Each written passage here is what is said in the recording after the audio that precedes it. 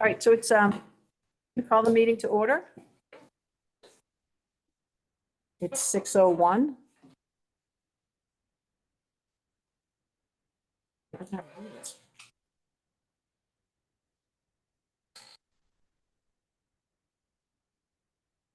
The agenda. Is the agenda in here?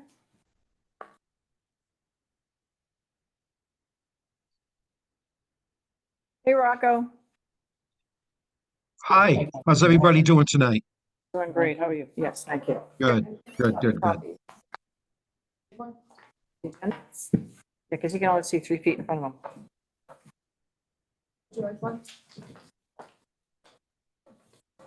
them. On Zoom, we have Rocco Camarata. Do I say your last name right, Rocco? You certainly did. Thank Very you. good. Very good. In the room, we have Chris Barrett, Julianne Orsino, Tanya Walker, Ali Shakur, are the council members. Additionally, we have Jen McDonald, who's the Director of Communications for the town, and Erin Kukinda, who's the Economic Development Director. We still having people beeping in? Annie, a new member just joined us, Annie Silva. And on Zoom, we also have Annie Silva. Hi, Annie. Welcome. Thank you. Happy to be here. Great. So I just want to take a second before we move to item number 2 and just welcome Annie and Tanya, new members to the council. Welcome. We're very excited to have you here. What we're working on right now is the town council had allocated to the Economic Development Council $1 million. So we're looking to kind of bucket that money and put it in areas that will drive economic development within the town. Okay. So we move to item number 2, which is public comment. Do we have anyone who would like to make public comment?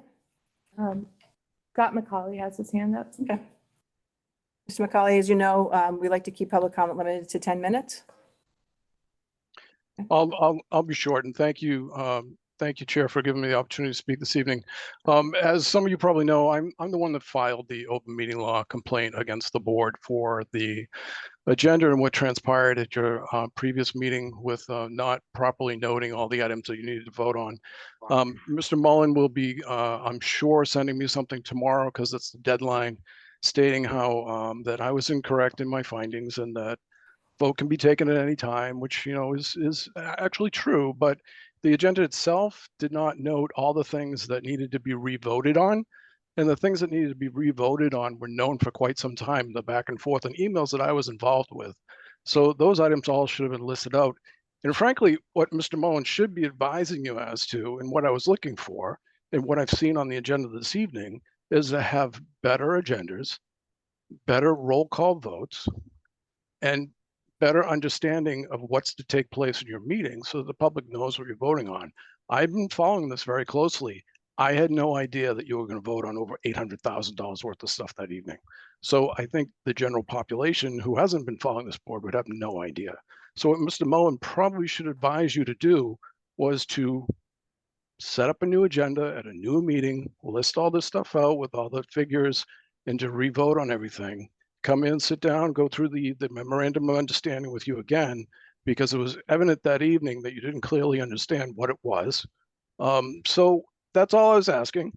I don't think that that's probably what's going to transpire, but just so you know, the memorandum of understanding was voted on and signed by you that evening, but it hadn't been signed by the town council. So it had not been executed at that point. So anything that you voted on would not fall under that memorandum of understanding.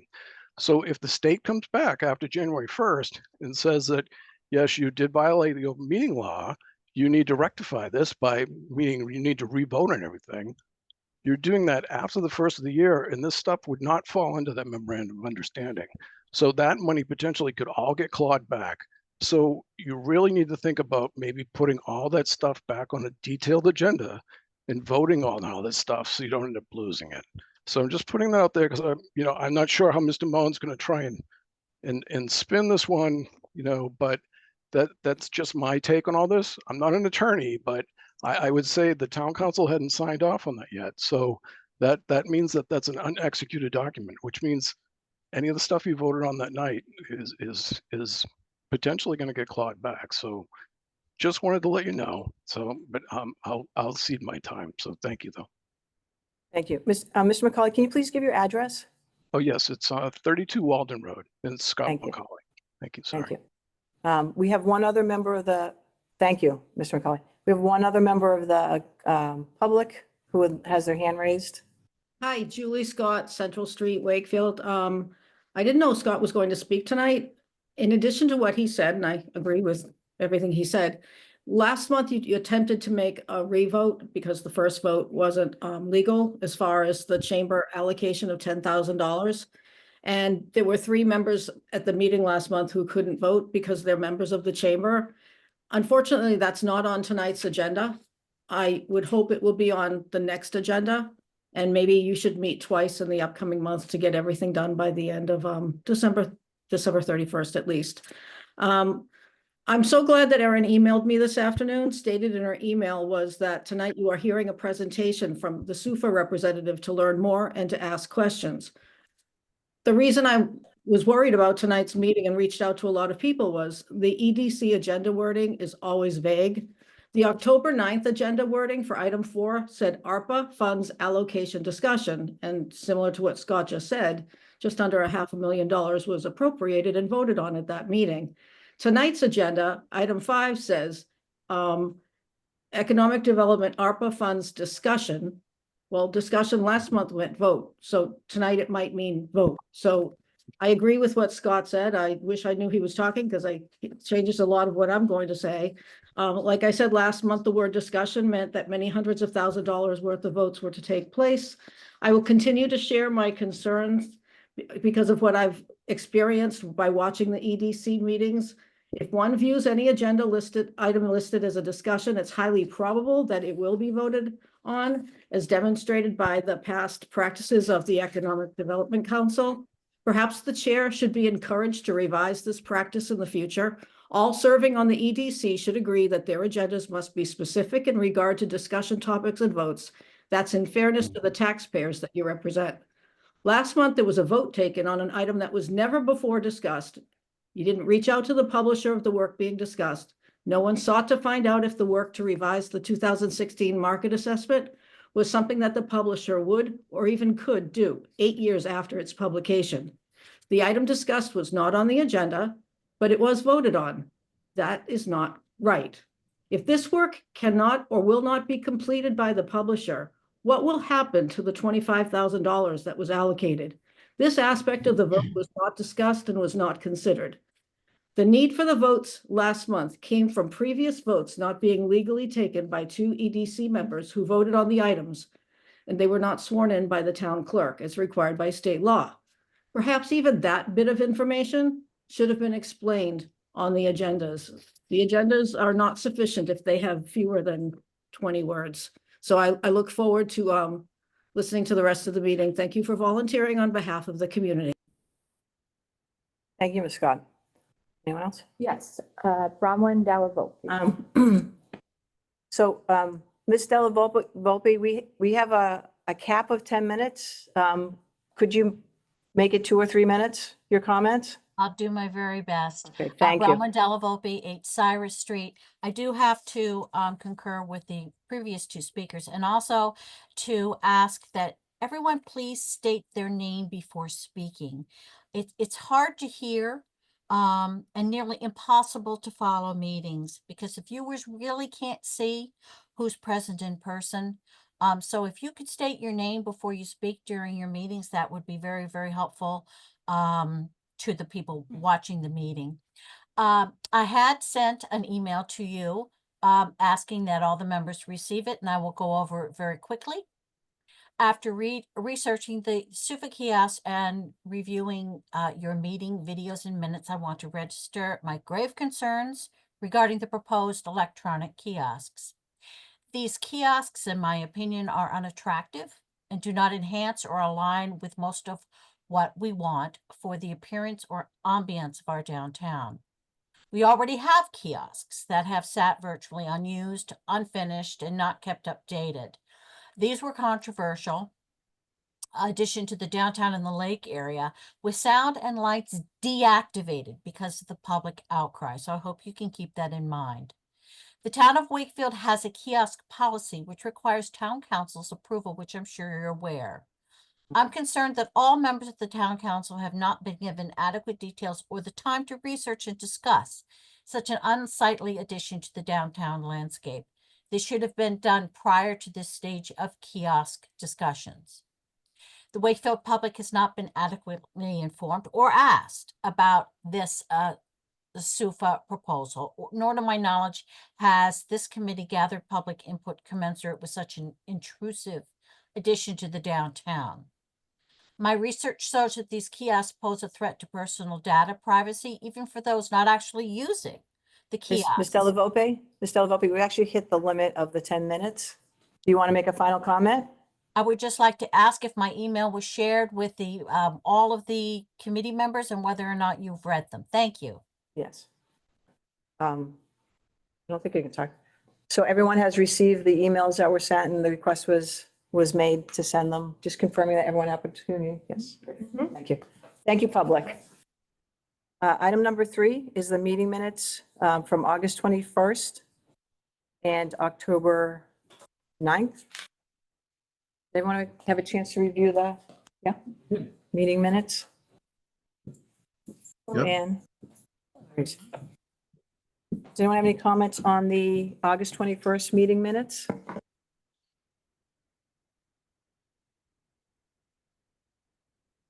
No? Nope.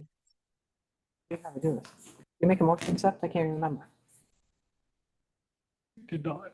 Do we make a motion to accept them? Is that how we do it? Yeah. Someone like to make a motion to accept the meeting minutes from August 21st? Can we do those individually or both? I think we do them individually. I'll make a motion to accept the meeting minutes from the, So can we make a slight change? So if you're making a motion, I actually kind of like that suggestion. Can you make a motion and then state your name? sure. Thank you. I'd like to make a motion to accept the August 21st meeting minutes, and my name is Chris Barrett. Someone like to second? Second. Ian Hadley. Okay. It's second by Ann Hadley. Rocco? You have to I say, agree. Yay or nay? Yay? Yay, Yeah. Rocco Camerata. Thank you. Annie? So Annie, you can say yay, nay, or abstain because you weren't here. I will abstain because I was not here. Very good. Thank you, Annie. Annie Silva's going to abstain. Tanya Walker? I will also abstain because I was not here. Very good. Ally? Yay. And second? Alicia agree, yay. Yay. Julian Orsino, yay. Excellent.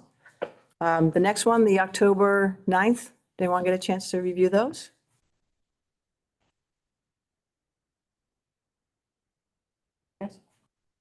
Yes. Yeah. Yes. Someone like to make a motion? I'll make a motion to accept the minutes for the October meeting, Rocco Camerata. Great. Someone like to second? Second, Chris Barrett.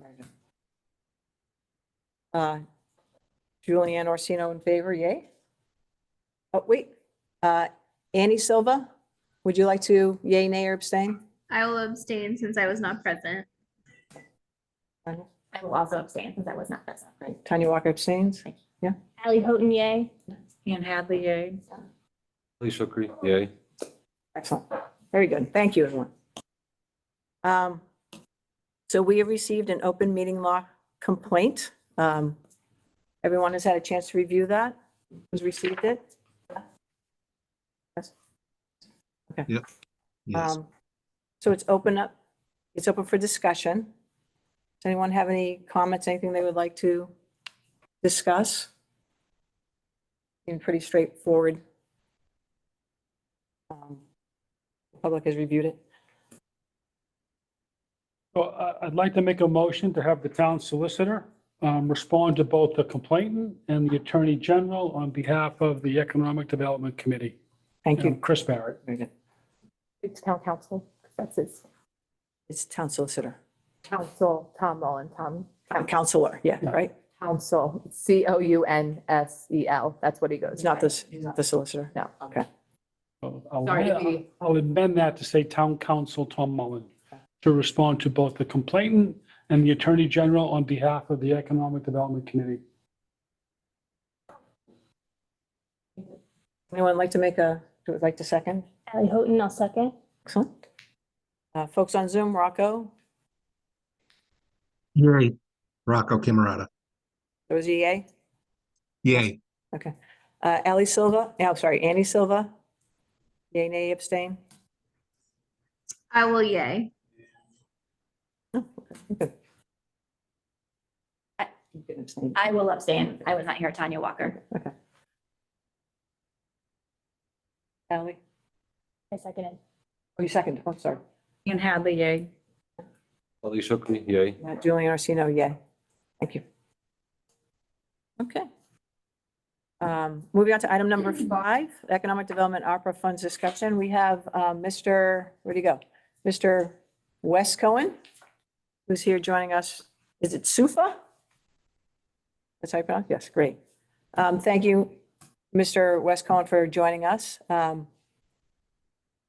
Just going to turn it right over to you unless Erin, do you want to Yeah, introduce? so I'll just make a quick introduction. I think tonight is just, I gave some very general information the last meeting, 2 meetings ago, about SUFA. And Jen and I have just been exploring different options for the digital kiosks, I should say, in downtown and throughout the community.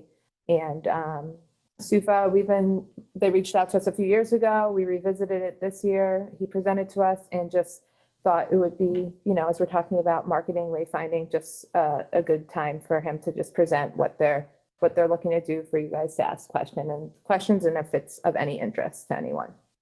So, Jen, do you have anything to add? Because you've been part of the conversation. Sure. So I largely manage the kiosks that are out there now. Oh, Jen McDonald, I'm an employee of the town and host manager committee. I respectfully disagree with the comment earlier. I do use the kiosks often. The digital aspect seems really. We don't. So the public is allowed to speak and then we listen. Yeah. So we don't necessarily respond. Okay. It was just why we explored this. That's all. Okay. We were just looking for a digital option that seems intriguing. That's all. And Councilor Dombrowski has just joined us. Councilor, we're gonna see the presentation for the SUFA. So yeah, Daniel, the floor is yours. You should be able to share your screen. So thank you so much for joining us. Well, first off, thank you so much for having me. It's a pleasure to, I see John Sophie entered the room. It's a pleasure to speak with you all. Thank you for the council for having me. Thanks for Erin and Jen for the discussions we've had up until this point. My name is Daniel West Cohen. I'm the director of city growth at SUFA. So I'm in charge of seeing signs installed both in municipalities and with private landowners. I'm grateful for the opportunity to present our signs to you and hopefully discuss what a potential partnership can look like. I'm just going to share my screen. I'll give you a quick presentation. I promise not to make it a death by PowerPoint on this Wednesday evening. And please feel free to stop me along the way or ask any questions you have. I think it's always better if we're having a bit of a discussion. So these are our signs. A little bit about us. We are probably the most sustainable, greenest kiosk on the market. So our signs are 100% solar powered. They get their solar energy from the solar arc up here on the top of the screen. The screen that we use itself is actually called an e-paper screen or an e-ink screen. It's almost identical to what you would see on a Kindle. And sometimes we even bill ourselves as the world's largest Kindle. So because it's very sustainable, because it's solar powered, because we use an e-ink screen, they're very easy to install. So it's just 4 bolts in the ground, installed in 15 minutes, up and running in an hour. Doesn't require any trenching or excavation or connection to an electrical grid or fiber optic or anything like that. So it's really a plug and play solution for municipal communication and wayfinding. And that's really what we want to do with with you in Wakefield. So you can install it in one location. Alternatively, if you want to move it to another location, you can do it as well, which some other companies don't allow. A little bit about us. We're founded at MIT. We're a proudly woman-founded, woman-led company. And our MO is pretty much, we're trying to bridge gaps between what the municipality is trying to share and then what the residents and the visitors need to see. We know just because everyone has access to a cell phone or the internet, doesn't mean they necessarily know what's going on in their community or the community they're visiting. And that's really where we're trying to help you guys. We want to make sure that all this vital community information, whether it's events or voting info or things like that, it's really just there where people are going to be able to see it and interact with it. A little bit about the sign itself. So it'll operate for up to 23 hours a day. It tends to sleep for 1 hour. It's usually in the early hours of the morning, so 3, 4, 5 a.m. When people aren't really walking on the streets. And that's really just to maintain the solar energy. They're very rugged, so they can take down to -10-degree temperatures, and hopefully won't have worse than that in this winter in Massachusetts. It can take up to 120-degree temperatures as well. They're also windproof and waterproof, so nothing really will happen to it. Although if something does on the off chance, they're fully insured by us. So we'll clean it, we'll repair it, or we'll replace it. The way that the content works is through these things called applets. Some people call them applets, other people call them widgets. Either way, the premise is almost exactly the same. It's like apps that you have on your phone. And you can select applets that go on your screen. So we can share local updates, we can do transit info, opinion polls, we sync with social media feeds. So we do Facebook, X, formerly known as Twitter. We do events, we can sync with the events calendar on your website, or you can manage it manually in the back end. We also do custom applet requests. We can do digital wayfinding, we can do business directories. One thing that we developed last summer in partnership with Boston's Environment Department was an air quality applet. And I know, having spoken with Aaron and Jen earlier this week, that you guys have been having some wildfires in your area. So air quality, I'm sure, is something that's a concern. So we can do these things with you, and we can also do custom applets as well. So if there's something that you really need, you don't see it in our suite of applets, we can potentially build it for you, and we'd be happy to work on that with you.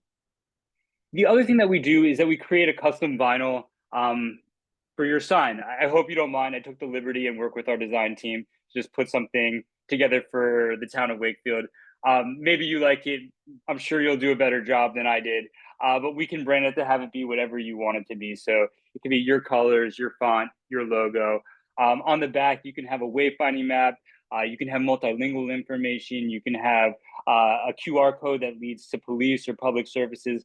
Whatever you want it to do, we can make it happen, and we can have it fit with the vibe and the aesthetic of your downtown area. We definitely don't want to stick out in a bad way. We just want to make sure that it's something that seamlessly integrates into the areas where you want them to be.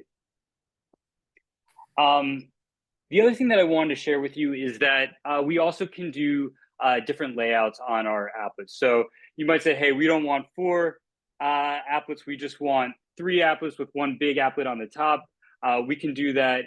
You might say, hey, we just want to do a full screen takeover to share a vital piece of information. We can do that as well. And a lot of what I think we can do to help you is, number one, we can make sure that your residents are going to see the information that you want them to see. And number two, kind of reduce the amount of time and tasks that your civil servants have in terms of going out there and putting paper flyers up. It's a much more ecological way of doing things. It's a faster way of doing things. You can change things more often. You can show more information. A lot of cool things that you can do with it. And if you want different screen layouts, I can share those with you after the call. And then the last thing I'll address is the pedestrian data tracking. It's true, our signs do have the capabilities to track pedestrians, but it's completely optional. Some communities want to track pedestrians, other communities don't. It's really up to you, and it's your preference. We can turn it off as well if it's something that you're not interested in. If you do want it, basically the way it works is through cellular impressions. So if somebody walks by the sign, they have a cell phone or another Wi-Fi enabled device on them, it'll take a unique impression. If they walk back and forth really quickly, it won't double count them. But if they come back an hour later, 2 hours later, it'll count them again. It doesn't take any privacy data, so it won't tell you what age someone is, what they're doing on the internet, where they're coming from, or where they're going. We're not like Facebook or anything like that. But we can tell you how many people walk by the sign. and when, kind of like a giant digital clicker. And then you can see the trends of people. And a lot of what we're seeing with other communities we work with dozens of communities in the Boston area. So obviously we work with Boston and Cambridge and Brookline and these types of communities, but we also work with places like Framingham and Malden and Medford, communities that are a little bit smaller, that are have more of a town-like feel. So we've seen different uses for the pedestrian data. And basically what we're seeing is a lot of times the municipality takes that data, they give it to local businesses. They say, hey, you have a lot of foot traffic an hour before you open, an hour after you close, on a day when you're not open. Maybe you want to shift your staffing or your hours to be more symmetrical with pedestrians. We also see municipalities give it to events planners so that they can put events in places where they know people are going to come when they know they're going to come. We see municipalities give this information to police so they know where the police should be and at what times. Lots of cool things you can do with it. And as I mentioned before, it's completely optional. And if you do go with it, it doesn't take any privacy data. So I would even frame it as a benevolent way of pedestrian data tracking. But I've been talking for quite a bit, so maybe this is a good place for me to pause and see if you have any questions. Thank you. Does anyone have any questions for Mr. West Cohen? I have a couple. Yeah. So you said that you could move it? How hard is it? Like, you don't move it all over the place, right? You potentially can move it from one place to another, like one time? Yeah, exactly. So if you can see the sign here, well, we can move it any number of times, basically, as long as you have a concrete area. And since you're the municipality, and if you need permits from us or you give us permission, we can move it anywhere you need to go. It takes about an hour to move it. And then how does info get updated? So is it that someone within the town has like it on has it on the laptop or something, and when they want information to be updated, they just upload it? How does that work? Exactly. There's a cloud-based content management platform called SuperTalk. I liken it to a mix of Facebook and Canva in terms of the way it looks and feels. So basically, anyone who has permission in Wakefield can go in the back end. They can upload information and post it. So it's a very simple process. You do it from your computer, your phone, or your tablet. And I have one more question. The battery, the solar battery, so you maintain the solar battery? We do. The signs are fully insured by us. It actually gets its energy from the solar arc up on the top, but there is a backup battery there, mostly for like December, January, February, when there isn't a ton of sunlight. So it'll kick on if there's not enough sunlight on a given day. And if the battery needs to get replaced, what's the ballpark on that? It's insured by us, so we take care of it. Okay. Can you speak to data privacy a little more for pedestrians and just in general, people engaging with that? Sure. Is there something specifically that you'd like me to speak about? I guess, well, is it a concern if someone's engaging with that their data can be compromised? And explain maybe the interaction of the pedestrian or someone engaging in that, how that works. Sure. Yeah, and good question. So basically, the data is stored just on our cloud. We haven't had any breaches of our data. We don't share that data with anyone other than you, although you essentially own that data. So if you want to share it with local businesses, that's your choice. Once again, the pedestrian data tracking is optional. The way it works is it takes MAC addresses from Wi-Fi or cellular enabled devices. So it'll just take, it won't give you any identifying information about who that person is or what they're doing. It'll just tell you that a cell phone was in the area at a given time within a 15-foot radius.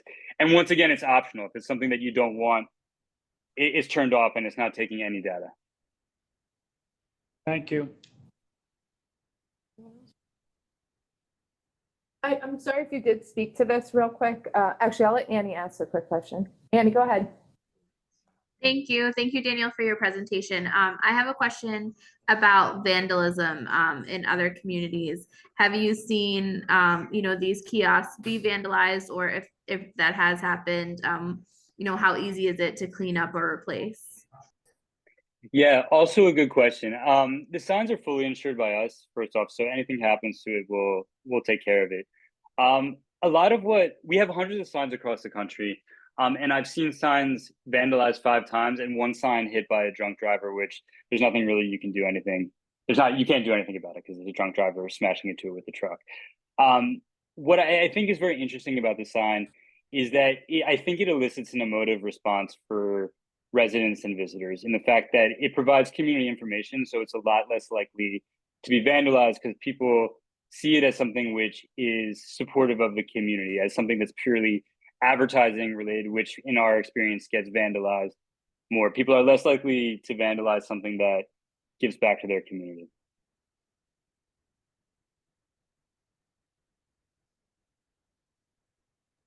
Yeah, did you want to talk about the cleaning and maintenance of it and how that falls in, what you explained to us, that every 2 weeks we come out? Did you talk about that? Yeah, so for 3 or more signs, we provide biweekly maintenance. So if you have 3 or more signs, we'll come out, we'll clean and maintain the signs every other week. They're still fully insured by us, even if you just get less than 3 signs. But if you have 2 signs, basically we'll hire independent contractors in your area or have independent contractors that we work with on other signs in the Boston area come out. They'll clean them, they'll make sure that everything looks perfect. However, if you say, hey, we want 2 signs, cleaning and maintenance is a deal breaker for us. I'm sure that's something that we can make work for you. You see Rocco, does Rocco have any questions? Rocco, do you have any questions?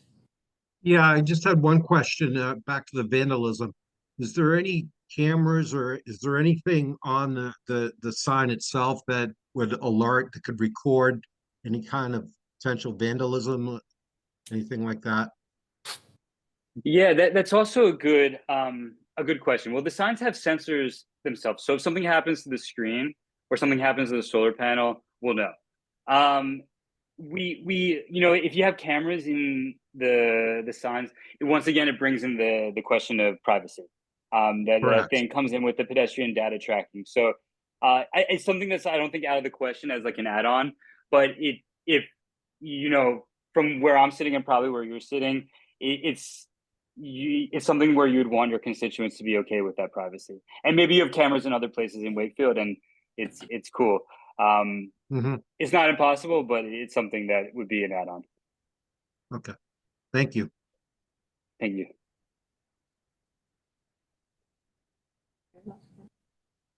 Ellie? Is the screen always on? Yeah, the screen is always on. And for 23 hours a day, it's rotating. So the data is rotating on a regular basis, and I can show you maybe the applets so you can see. So these applets would be rotating all the time on a regular basis with the most recent information. For 1 hour a day or maybe 2 hours a day in the winter, the screen is just static. So information isn't rotating. You just have one set of information on the screen, and it's usually around 3 or 4 a.m. when nobody's walking on the streets. And that's just to preserve the solar energy so the sign can recharge like you would recharge your phone. And is there any glare on the screen from headlights or anything like that that would potentially like impact traffic? No, there's no glare. That's actually one of the benefits of e-paper. Because it's like a giant Kindle, there's no glare on it. So I'm sure everyone here has been to the beach at some point and tried to look at their phone while they're at the beach. And you see sometimes there's a glare, but there's people who are looking at Kindles on the beach and there's no glare and they're able to read because of the technology. So that is one of the benefits of e-paper technology. I'm sorry. Okay. Are your applets, are they proprietary to you? How do the applets get built? Is it you code them? Is it that you get the requirements from the municipality? How does that work? Yeah, they're proprietary to us. They work through RSS feeds, APIs, and GDFS feeds. So for instance, this one's a transit feed. We can sync with transit times. Like in a lot of municipalities in the Boston area, we sync with MBTA times. So basically we take a link from them, we put it in the back end of the platform, and then it updates in real time. Facebook, Twitter, that's an RSS feed. So we basically take your Facebook page or your Twitter feed or your X feed, excuse me. and put it in the back end and it uploads automatically. The other ones, they work generally through content management in the back end. And that's another question for you, is how much content you want to manage yourself and how much you want the signs to run themselves. So, but it's a long way of me saying they're proprietary to us. Daniel, Chris Barrett, what's the largest pushback you get from communities that you want to put these in? That's a very, very good question. Being self-reflective, I think some communities might think that they're too modern. The signs it's very much it's a tool of the future in a lot of ways. That's my opinion. I think it's something that's avant-garde, and a lot of the communities we work with, and we work, I would say in the Boston area, we probably work with half the communities that are in the immediate vicinity of the city, and they work swimmingly for them. But when we do get pushback, they say, oh, well, we use paper kiosks. I'm not sure if people are going to interact with them. Is it going to affect the vibe and the aesthetic of our downtown area? These are usually the pushbacks we get. So, and when it's a question about the vibe and the aesthetic, a lot of what we try to do is we try to design the vinyl to make it really fit in with the downtown area, and we get a lot of community input, communications departments, marketing departments, local businesses. How does this fit into the downtown area? Thank you. Council, do you have any questions? Not for the presenter, no. I have one more question. This is Annie Sure. Silva. What about language capacity for the kiosk? Is there a translation sort of available? Can you switch languages? Anything like that? Yeah, multilingual information is something that's important to us. We find that the great thing about the sign is it's very easy to post. So your community. A lot of the communities we work with, there's a large number of Spanish or Portuguese speakers and occasionally Vietnamese speakers. So it's helpful if you have somebody who speaks that language that can write that copy. Obviously, we can sync it up with Google Translate. That's how most companies would do it. But anyone who's tried to translate something for a native speaker, my wife's French, and I've tried to do that, and I've made that error. It doesn't always sync up one for one. So if you have a native speaker who can post content, we can set it up for you that you can post in other languages. However, it's always good to have an arbiter doing it. So it would be something that would have to be done in-house. It wouldn't be something that would automatically be done by the kiosk. We could sync it up with Google Translate, which is a pretty advanced translation feature. However, Google Translate, full caveat, comes with its drawbacks. So just explain to me, like you would have like a button at the top of the kiosk where you could press it and change the language? It would probably be a QR code where you could press it and change it. Or you could have, the other thing you could do is you could have content rotating on the sign. So you could have it be English content and then another language content on the sign. Or you could put a QR code beneath the screen and say, for Spanish content, scan here, or your community better than I do. So I'm sure maybe it's another language. Thank you. Thank you too. Well, thank you, Mr. Westcon. That was really informative. Appreciate your time. Just check around the room again. No more questions? Great. Is he still sharing his? Can you? Yeah, you I'll can, stop sharing. Yeah. Thank you. Now we can see Thank everybody. you so much Thank for you. having me. Thank you for great your to meet time. you This all. was great. Thank you. Thank you. Take care. Bye-bye.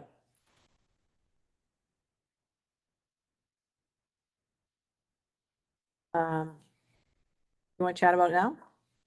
Anything you want to talk now? You know more about that? Austin? If I could just ask, or first I'll say that, the idea of kiosks have been something that the town has talked about for a while. There's been a lot of discussion. There's been a lot of community input relative to even the concept of a kiosk. We certainly have certain kiosks around, at least one by the lake, two here in downtown proper. And There's 4 of them. four total, I guess, Yep. right? All in. Could right by Vetsfield as well. Yeah. So, and there was a certain sensitivity for those who may not be aware, a certain sensitivity, especially to anything that was around the lake. So we have one by Vetsfield, one by the Lower Common, both of which there was a lot of discussion on. The one on Lower Common is digital, the others are not. So there were, and I couldn't even tell you how many months of public input we had relative to that, but there was a lot of deliberate decision-making there.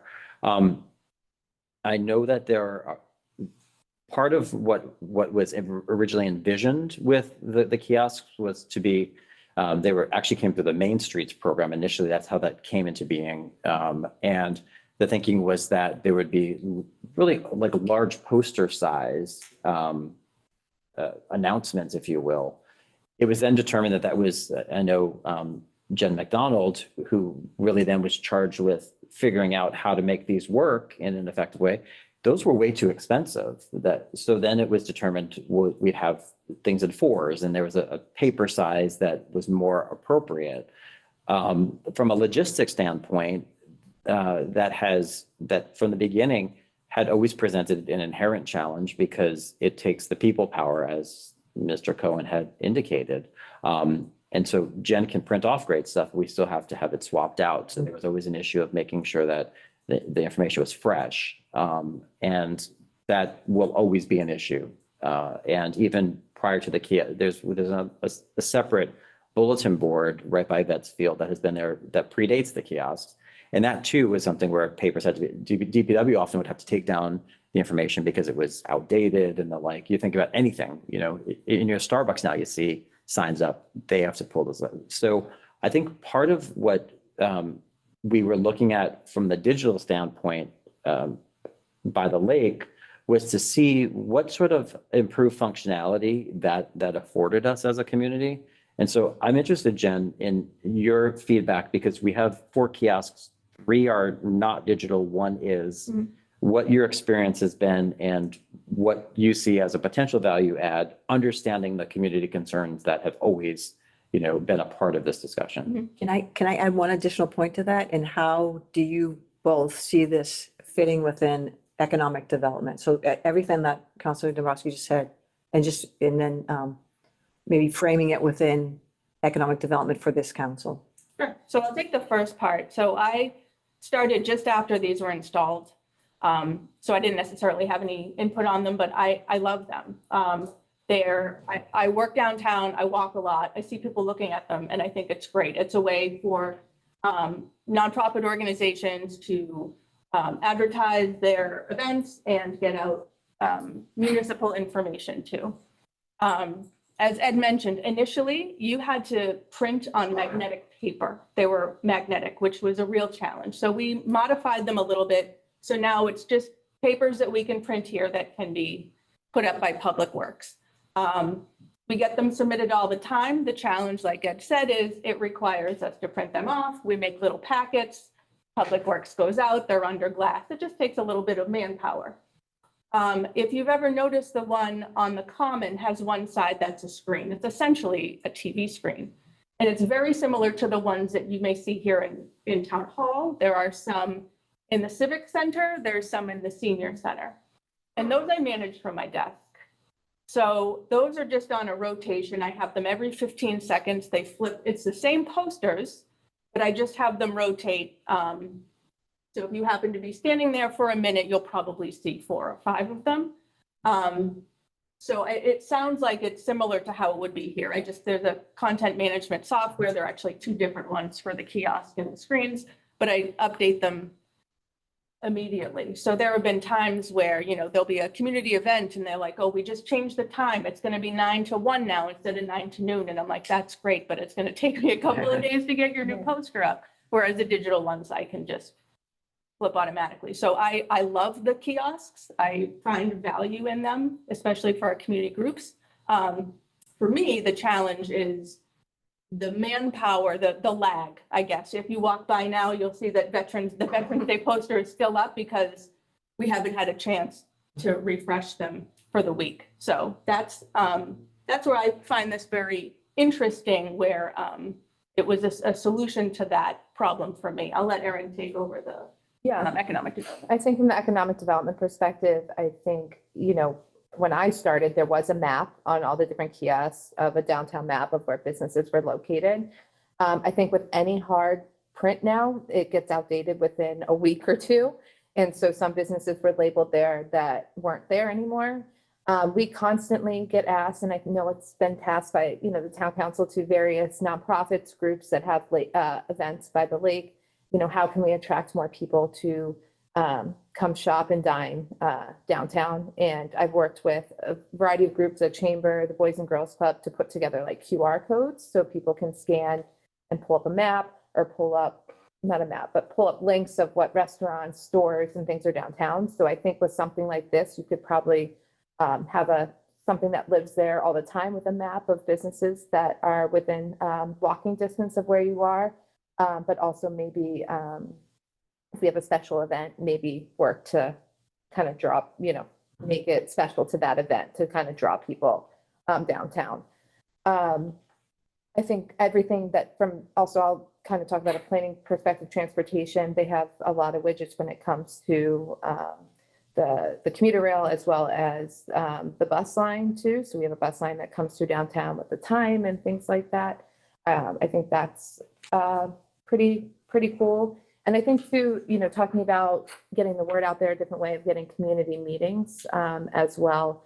You're able to post upcoming community meetings, which right now it's just nonprofit events. So this would give us the ability to do that upcoming meetings. But from an economic development perspective, I think it's just the way of the future, like you said, to have a map right in our downtown, or different business type things where it could be changed, pretty quickly, and work with our businesses too, and events. So that's kind of my take when it comes to economic development. So we have funds, should we, decide this is a great economic development expenditure for us? How does that go? Town council vets that? Can we, before we get there, do you mind? Nope. No, thank you. I just wanted to ask some of the folks who actually have businesses. So Annie, you have a business downtown? Yes, I do. Thanks downtown? You're downtown? So what, from a business perspective, do you see this as a value add? How do you see this would help your business? We'll start with you, Annie. I know Brock was back to. I also am just curious, would this replace the current ones, or is this in addition to? That would be your decision. Yeah, how much you'd want to fund, it would decide how many. Okay.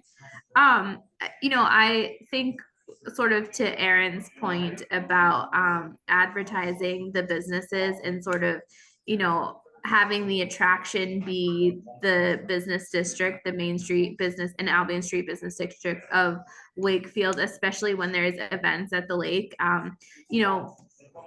The location that we have right now has been a cafe for years and years. And, it's been under a new name for the last year. And, excuse me.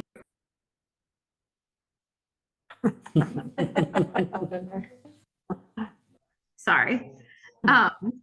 And, I get people constantly that say, is this new? We just walked by, we've never seen this before. So I think to have better wayfinding and better visualization of like the downtown business district would definitely be a benefit from my business's perspective.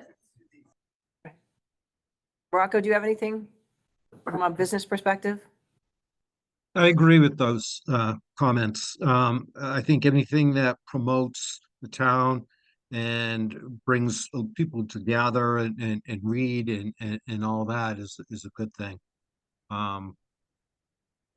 The cost is always something that you need to consider. I'm sure that we vetted before we decided on this.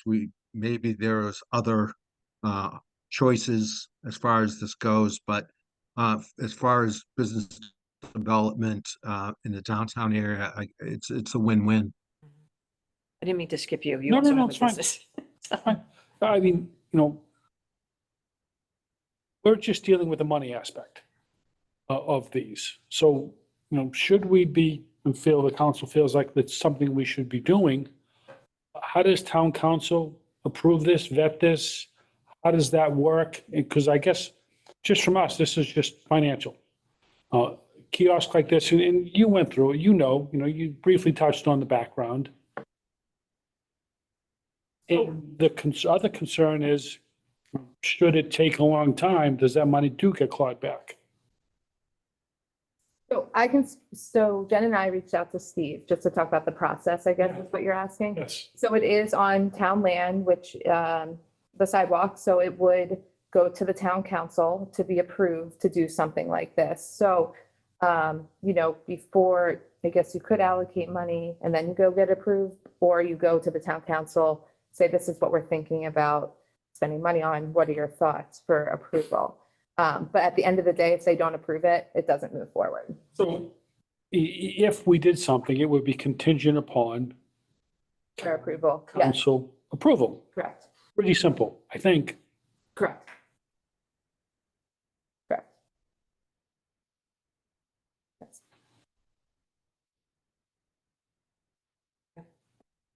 Any more business specific? I think it would be advantageous too, to maybe look at having one in Greenwood as well. Yeah, that was been part of our conversation. Greenwood, we talked about North Ave as well.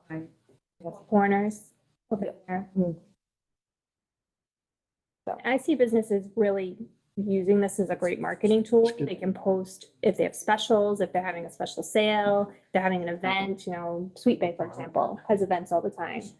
I think businesses, and Annie spoke on this a little, I think businesses would utilize this to get their name out there more, to show what they're offering. And, I want to say that out loud. I think it's a great way for people to find new businesses around too, that they may not know about. So we haven't talked through too much about the advertisement piece. It's more been like the wayfinding, this business here, this is what they offer type thing. But yeah, I think there's a lot more to explore as well. Aaron, do you know with the Wayfinder, is there almost a way to drill down on it? So if you're looking at a map and it's showing Rise and Shine.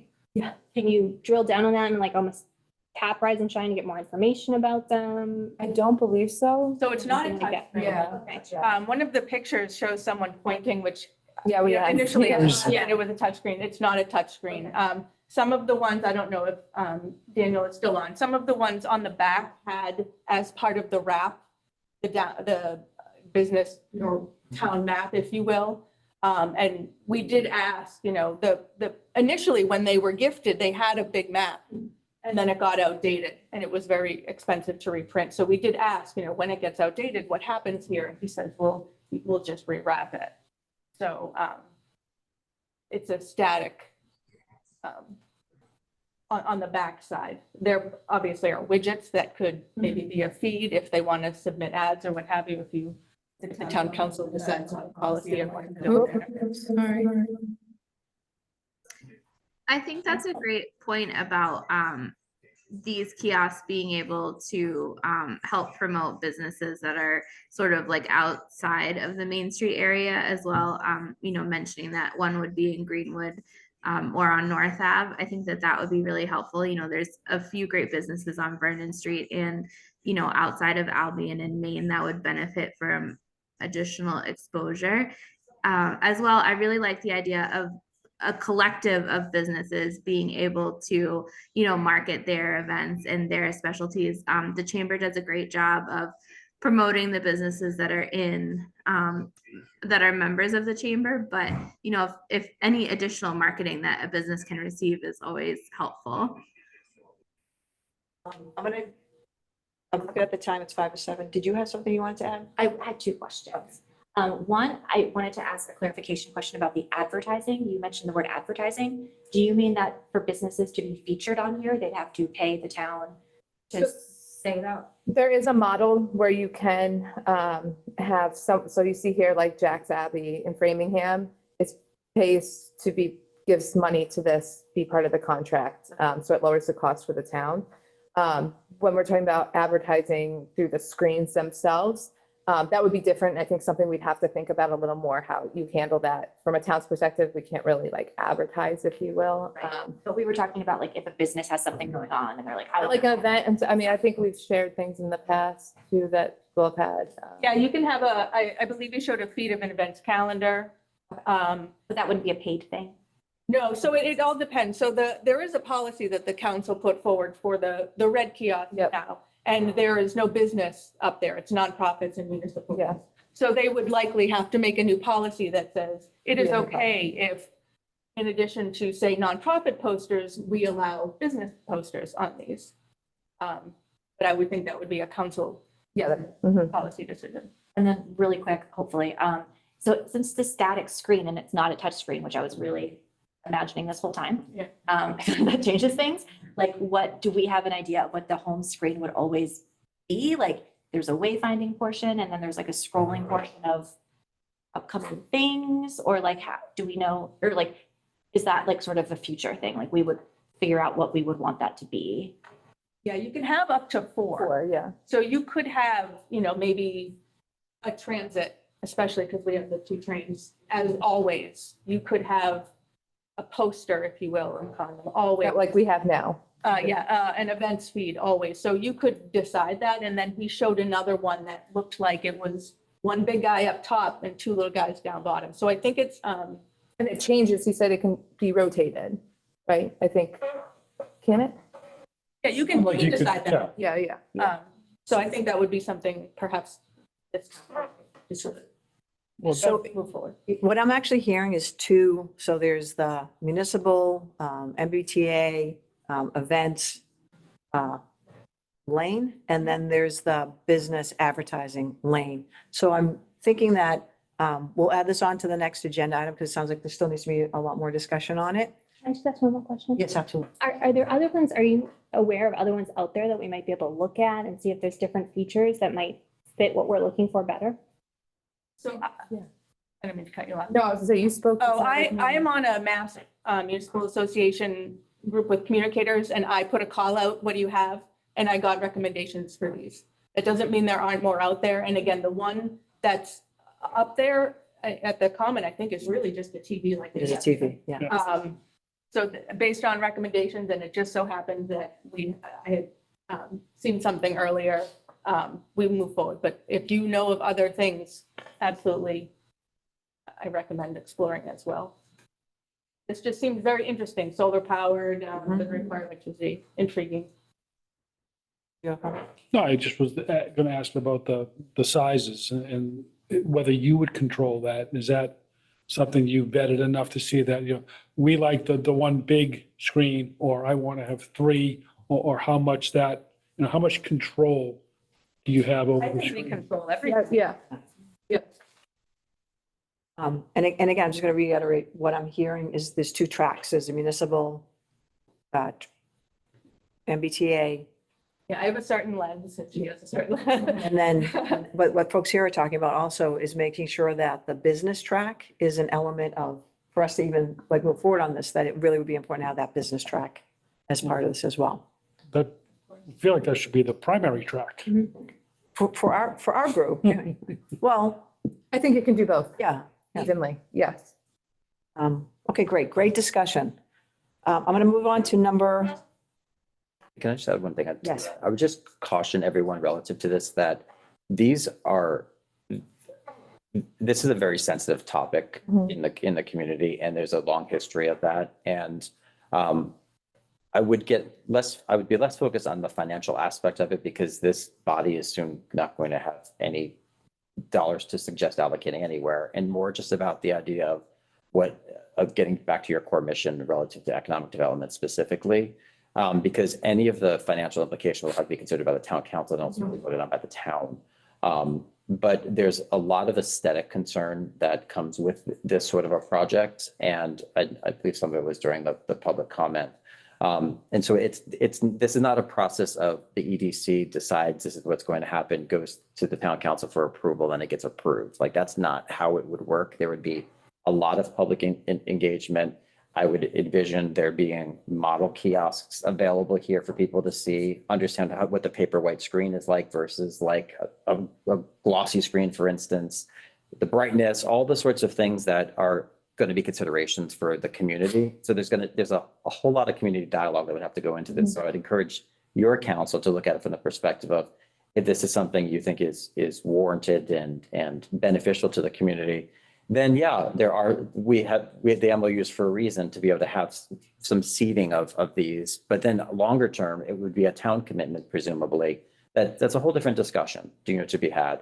But I just caution everyone to not be like, oh, should we do this or not? Because it's ultimately not the EDC that's going to decide this. To word this differently, if as we continue to have these discussions, we view it as a recommendation we want to make to the town council, we should make it as a recommendation to the town council, Precisely. not view this as, let's make sure we pop this in. Yeah. Yep, thank you. Okay. Item number 6. So Community and Economic Development Director update. Sure. All you. All right, so I'll start with A, facade and sign program updates. So I wasn't at the last meeting in October, but I'm so sorry. I'm sorry. It's 7 o'clock. Is everyone okay hanging on still? Yes, yes, yes. Okay. I'm sorry. and so the applications closed at the end of the month of September. I received 27 applications in total, totaling over $500,000 in funding requests. Just as a reminder, and just to give new members kind of an update, and you get emails from me as a business owner, but the EDC allocated $400,000 of the American Rescue Planning Act funds to start a facade and sign program. We also received another $100,000 funds from state earmark from our state reps. And so in total, we have $500,000 to support facade and sign improvements throughout our commercial districts here in town for property owners and businesses. And so the program was, the town would match, or the ARPA funds would match up to 50% if you fit certain criteria when you applied. And so, like I said, I received 27 applications. Everything included everything from small things like new signage and lighting from businesses, painting of facades to create a cleaner exterior, new windows, new doors, complete overhauls to their facade to modernize and enhance their exterior.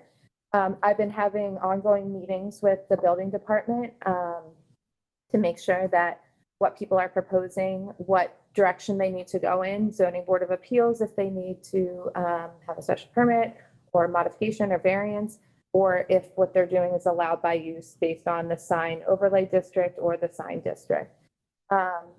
As of right now, I have reimbursed 4 businesses that was more just signage based. Why I'm here tonight too is I have questions and I'd like some clarification from this group because I was really excited about the number of applications I got, especially 4 or 5 of them were right in our main commercial districts to do kind of facade overhauls. And it was a lot of money that they asked for, which is, I think, the point of this program.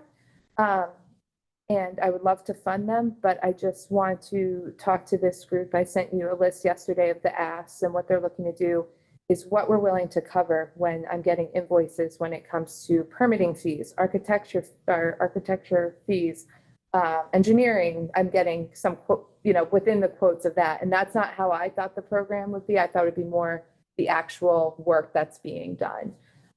So I just want to get on the same page with everyone here, because then that may open up more money for us to do another round come in the spring. So if ever, I just want to put that out there to the group. Like I said, some were pretty clean cut. This is what they want to do. A new sign fits within it. Great. Let's get working. And then other ones, I just needed to come, bigger projects wanted to come here and just clarify that with a few of you, or with all of you. So the bigger projects are coming in saying, you told me you pay for half, so this is half, right? Yeah, and I'm Versus, kind of breaking into half. so versus this is the money that was required for the facade work, and we'd be looking at half of the actual physical facade work. So when I look at like their invoices or their estimates, I should say, of the work they want to do, they're including permitting fees, engineering, staging. And I just don't think personally, I think that money should be used for another business if we did another round. I think those folks, but I want to support them because I think some of them are really transformative for our downtown.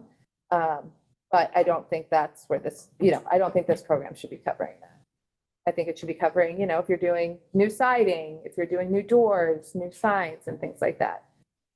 So I'm going to start with folks on Zoom. Annie, do you have any? I don't have any direct comment. I'm actually looking through my email to read Erin's initial introductory email about the program to see what specifics were in there as far as, what qualifies and what doesn't qualify.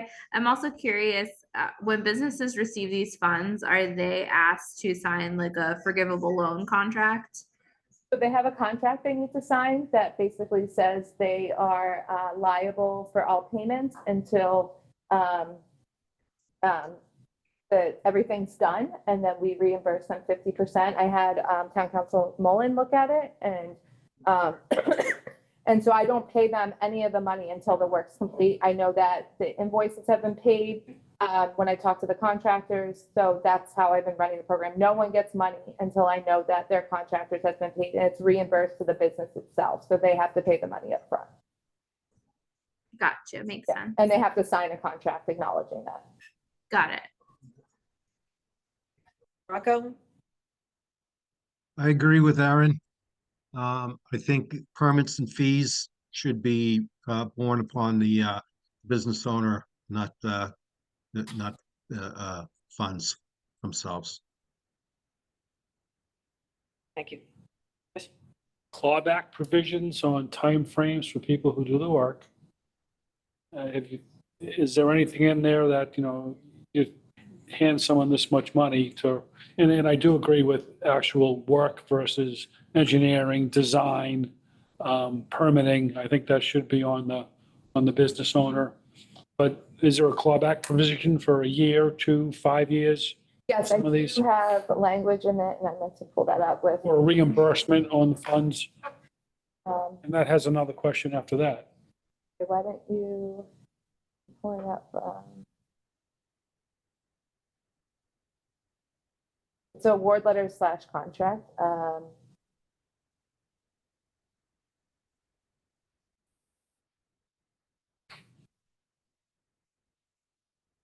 So you shall use the grant funds only specified in your scope of work and cost proposal that was submitted as part of the Town of Wakefield's facade and sign program application. You must be approved by the building department and/or zoning board of appeals and must obtain all appropriate permits.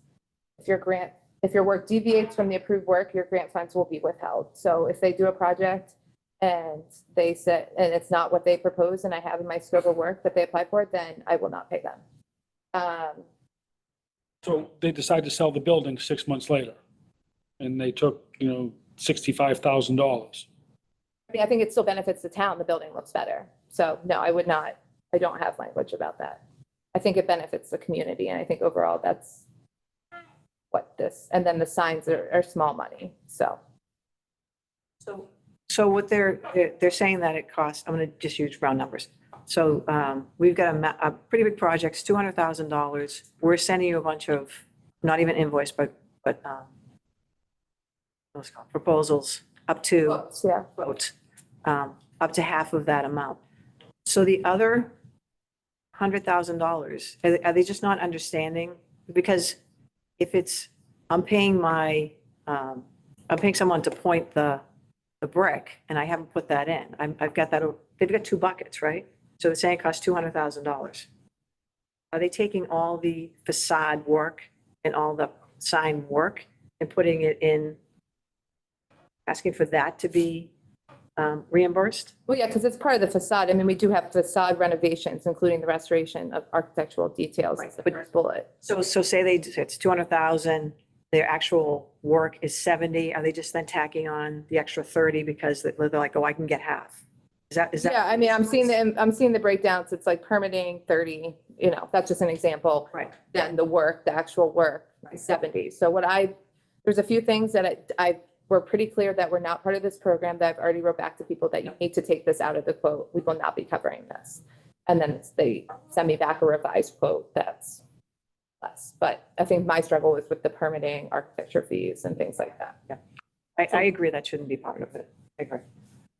These aren't revised? So they are, some of them are revised, yes. Okay, so you looked at these, you kind of vetted them a little bit and then said, oh yeah, we don't cover that, we don't cover that. Well, some of them, no, because I wanted to know about the permitting and architecture. So some of those still include that. But after this conversation tonight, if you guys all agree, then yeah. I mean, I tend to agree with what most people are saying. I guess my only question would be permits aside, because I don't think they cost that much. Yeah. Like how cost prohibitive the other add-ons that they're putting on that aren't directly part of the program, if that's going to affect them not being able to even participate, if it's that much of a, Yeah. Well, that's been a concern too. It's like some of them, it seems like the costs are pretty high for that. And I'm like, okay, if I tell them, no, I'm not covering that, are they just gonna say, forget it, I'm not gonna do it? But at the same time, I feel like we set up to 50%. And this is what it, this is what it covers. And I don't see anything. Up to was very helpful. Yeah, I don't see anything within that that says permitting, architectural plans, things like that. I'm just curious about the other half of it, right? Because if you're just move the things around, like what is the other? So if something costs $200,000 and you're getting reimbursed for 100,000, what's the other 100,000 if it's not actual work? If they're putting in the permits and the architect and all that into the half that's getting reimbursed, what's the half that they're outlaying?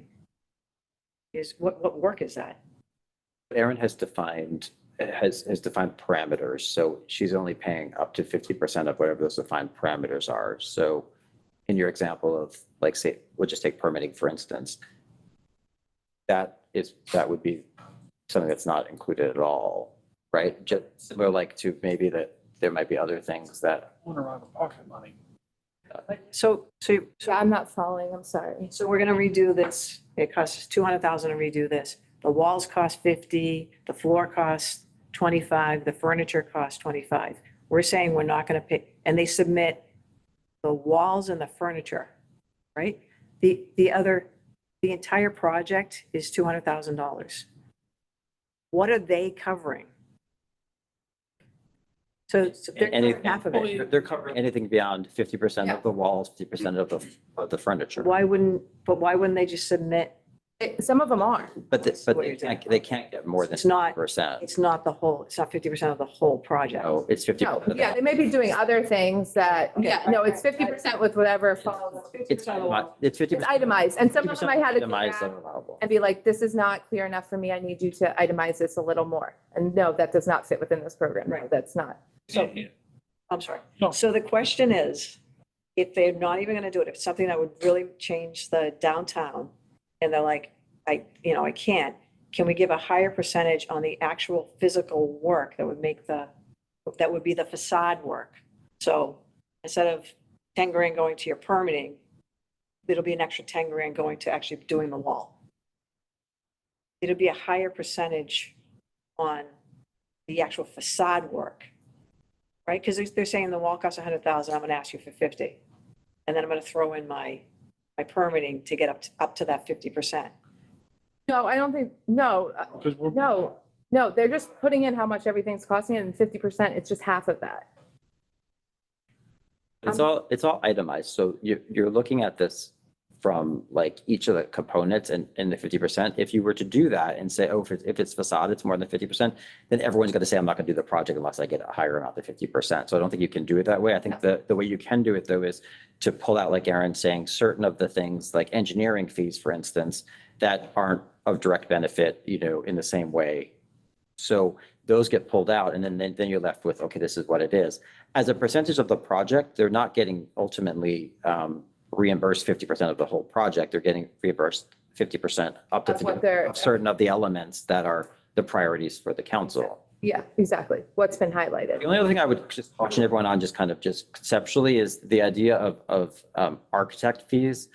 There's a lot of people who do really bad improvements, and just because a building says, oh, we're going to do X, Y, or Z, doesn't mean it's necessarily going to look better because they're doing something. So I would just caution this council to think about the role that an architect plays in any of perhaps these projects, but also on a go-forward basis, because it's very likely that this council might want to have accounting for taste in this.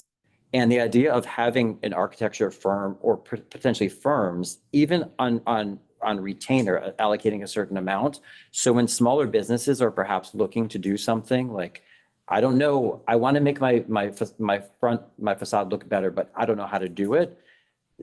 We've had in the past architects, even like one on the ZBA that comes to mind, who would kind of sketch out this to help people envision what it looks like, because a lot of people don't have that vision. So I'm not necessarily saying you should find one way or the other relative to the architecture cost, but the idea of architects in this grand scheme of things, it's not only a very small percentage of the project cost, but it could have a very significant impact in the ultimate result, which is really what the town council's focus has been. We're trying to improve what the facades look like, the signs. We're trying to improve the aesthetics. So when people look around, they see a better looking business community.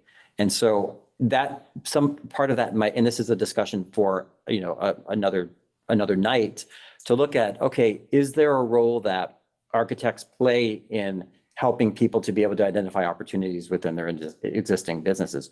Do you have a forum perhaps where, you bring people together, hey, submit, if you're interested, architects can do kind of some preliminary renderings of what your space could be. That might be something you want to think about, going forward. But things like permitting, we're basically paying ourselves because these are taxpayer dollars that we're then paying back to the town. So that's very circular. Yeah. And some of them I've asked them, like, have you worked with an architect? And some of them have not submitted that. It's only been like one or two. And I think there should be some priority given to that, because presumably if they work with an architect, then there are some certain principles or practices or design elements that are going to be incorporated in that would not be by somebody who's taking a more hodgepodge approach. So I don't own a business in Wakefield, but I can speak to some experience I've had in Boston, in which one of the programs that I was looking to do, the city required us to have an engineering rendition. Yes. And I basically was like, you know what? I don't know if that is a cost that's going, I don't think I'll get back that cost with this project. I don't know if it was the seasonal thing. So the city actually gave structural engineers to help with the project, and they provided that service. So small businesses can move forward. Yeah, it's good to know. So what I'm hearing is permitting fees definitely out, because you're right, it's basically paying back ourselves. Or going through the zoning board of appeals. I've had some people saying the cost of that. So I'm going to push back a little bit on that, because then what's the difference between just giving a higher percentage for doing the actual facade work? Because the whole point of this is to make it all look good. So to do the work. If someone's hiring an architect, they might not be very good. So if we sit there and start saying, this we're going to pay for and this we're not going to pay for. I thought the whole thing was the project. I thought it was the whole project. So if someone's spending $100,000 to do the facade and they want $50,000 for this facade work, that to me makes more sense. If you're doing the whole project. So saying your whole project is going to be $200,000, and in order for you to get up to that 50%, you're putting in this fee and this fee and this fee, and you're paying for the actual facade work yourself. That doesn't make sense to me. That to me is the opposite. Well, you're not paying for the facade work yourself. The facade work, whatever elements that are required to improve the facade would be broken down and would be reimbursed at the 50% rate. 50%, yeah. So if you can approach it differently if you want to, for example, from a scoring perspective, Aaron, if people who have, for a certain dollar amount, you could have it potentially so that they have to have an architect, certification that architect has been involved, for instance, if it's a certain dollar threshold. Or perhaps architects can be reimbursed at a different rate if this group decides at, say, a 25% reimbursement rate or something like that. There's different ways you can think about doing it, but I don't think you should undervalue the role that or you could have preferred architects, for instance, that there's any number of things you can do, a listing, or a vetting of, vetting plans through an architect as a part of the approval process. Again, very small money to say, okay, this makes sense or does not make sense, because the last thing you want to do is give $100,000 to a business to then do a really crappy facade. And most of them I did get architecture and engineering Right. plans. And you probably saw notice a difference, I would imagine, Yeah. in seeing that. So We have 2 years. 2 years to spend. anyways, How comfortable have you been looking at these applications that they're fleshed out enough and you're comfortable? I've been looking at them a lot. I'm 27, I'm sure. Yeah. To Ed's point and to the architectural conversation, some of that stuff, there's 27 applications. How many do you think required an 4 or architect? 5. I'm only talking about 4 or 5 projects here. And doesn't The 27. the town require, what did you call it? Oh, this is like stamped engineer plans. Right. So doesn't the town require that if you're going to do major work? Some of these aren't like ginormous. They may not think it's, if you're just reciting or things like that. I've talked to Benny and I've showed him things. He's like, that's fine. That works for what I would need. Few people I've had to push back and say I need more in detail architecture plans. I think I just need to know tonight where that limit is. So clearly not going to pay for permitting, but there's only like 2 or 3 where they're putting those costs in. And if you, And they're substantial to what their budget is. yeah. And if you push back, your sense is that they would say, forget, I'm not going to do this. Maybe, I don't know. Maybe they'll say, well, I'm still getting some money, so Yeah. I'm moving forward with the project. Just bear in mind, this is meant to be like business improvement. So if it doesn't feel like there's tangible improvement being made, then we're not just trying to, help some with their upkeep. I know there's talk about roofs and things like that. Yeah, no, I've said no to that. Yeah. Right. But I mean, the people have come in, that's not what this is intended for. This is intended to be, it's a visible improvement for the business community. So, and for the community at large. But I think there perhaps needs to be a little bit of discretion afforded relative to that. Can you say how much the percentage of the project, how much of it was the architect cost? Was it a big percentage? Was it a small percentage?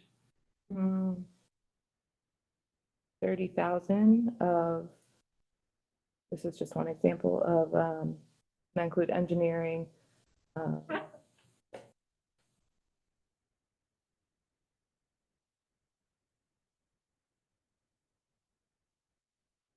thinking of another one. One was 10,000 out of, and then general contractor fees of 169 with general contractor overhead and things like that were included. What do we think about having it as a percentage of the overall? Would you be comfortable with that if it was a percentage? So it's not like 50% of the reimbursement. It's a relatively small percentage of the overall project.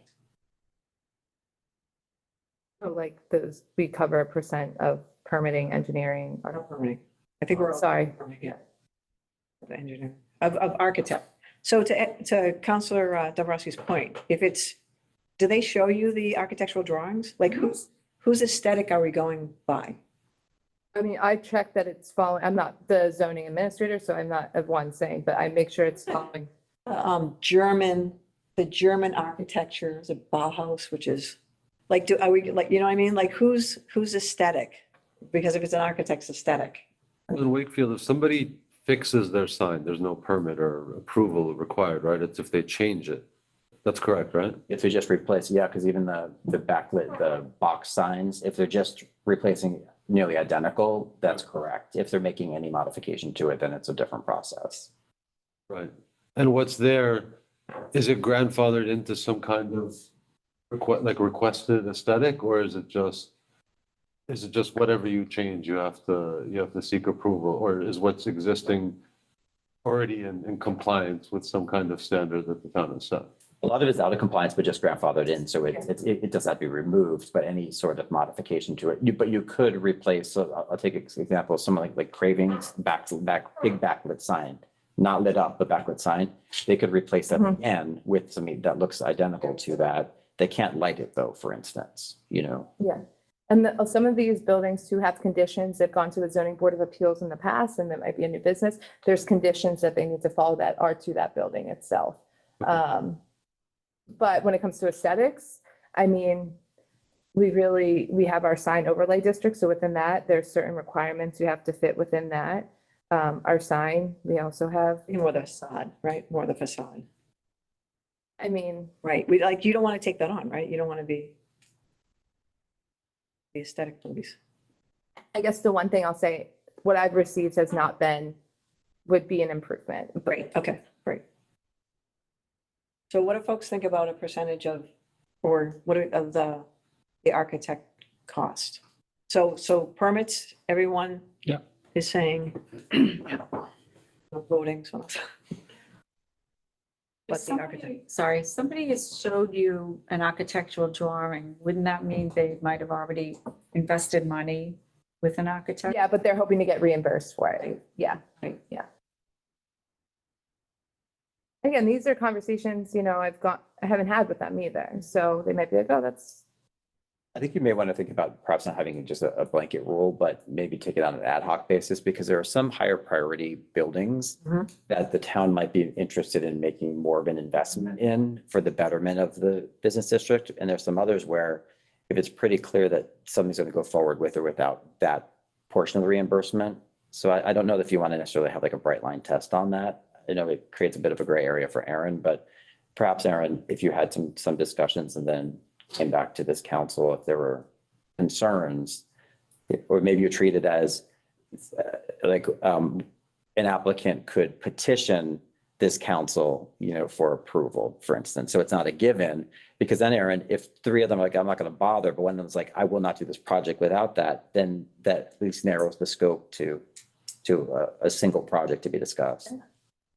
Just a suggestion. I'm liaison, you're the council. If I recall correctly, we kind of set a threshold that you had discretion up to a certain dollar amount. I don't think Grand. you ever gave me a dollar amount. 50 grand? I thought we talked about We don't want to be in your way. $40,000 or $50,000 before you brought something back. I think we had discretionary for you to look at that. Yeah, I mean, I appreciate the bringing it back.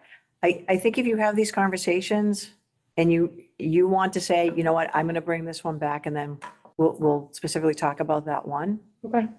But if you're looking at it, And this is like 4 or 5 of them. It's not many. Yeah. Right. yeah, if you're looking at it, you're like, you know what, this makes sense. I think we're all comfortable with you making that decision.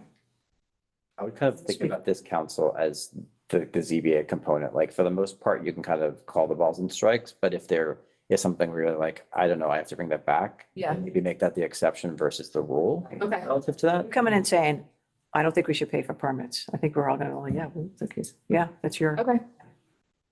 Did you by chance say how much money, if we just said everything's great, let's do all these right now? And did we go by 400? 570.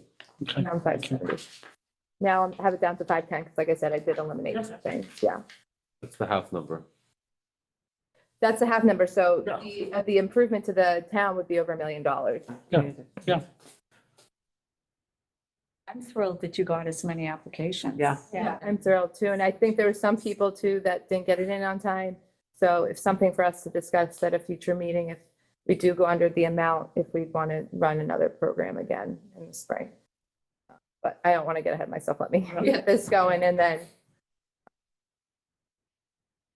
So, we good with that? Okay. Since Jen's here, I'll be quick. Digital marketing grant program. We've ran 2 trainings already. They've been really great. Around 20 people have attended. We're offering 2 more. The 2 trainings we've done having been Digital Marketing 101 and Website and SEO. We had about 20 people in attendance for both. Next week is Marketing Automation and AI Generation. Also, to apply for the grant, attendees either have to attend or watch through the 4 recordings to apply. up to $3,000, and it's open till February 1. And those $3,000 are used to make improvements to their digital marketing. Can I just, to your point about doing a spring one, which I think would be amazing, these projects, do you have like a thought of when they would be we would actually see the facades? I mean, the sign's gonna go pretty quick, but the facade work, Well, the work has to be done by, I think, next September.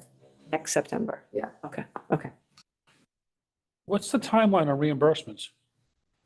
You get an invoice, you sign off on it, and the funds are released? Well, yeah, I have to go through a whole process of payment through accounting, through the warrants with the town, but yes, Is that 30 days, 90 days, 6 months? would hope 30 days. But some of them I have to create new vendors and things like that. So the accounting's really quick at the turnaround. And I just suggest that, I know you have a marketing subcommittee, that this is really important work and impact work that's being done. So to the extent it's you have like even some signage, economic development dollars at work for each of these projects, photographs taken that then in the item and on social media, really promote the heck out of this. So that if there is a second round in September, in the spring, or even if there isn't, if there's a demand for it, then that's something that you should be focused on. But I think some uniformity of, well, another one of these signs, economic development dollars at work, seeing those all around with whatever the logo How do we get is. this done? Well, I've asked everyone to submit a photo now. So I How do have. we get the signs? well, I think from a design perspective, we might better lean into some of the town resources. Jen could easily design that, and then we could, for very, very, very small money, could find a way to, because Aaron, you've had something similar with some of these spaces. You've had like some signage. So the idea, Jen's created those. for me, I just think that the more continuity you can have, it really creates a buzz and energy, and I'll defer to the marketing folks to know how to do that. But I would encourage you to think about that, because just like any public works project, when you have the sign out there, it gets people, it raises awareness. You'll take that as an action item? I would just need to know what you want. So for example, I've made signs before for her that have gone in a glass window. We've done 2 of those, but I don't know if that's available. They might be removing glass windows. So I would just need to know what you think would be the best. I would almost think if that's available, I think that's a really visible, people are walking up and down Main Street. I would almost think kind of what was done over at Smith Drug, the signs that went into the windows of Smith Drug.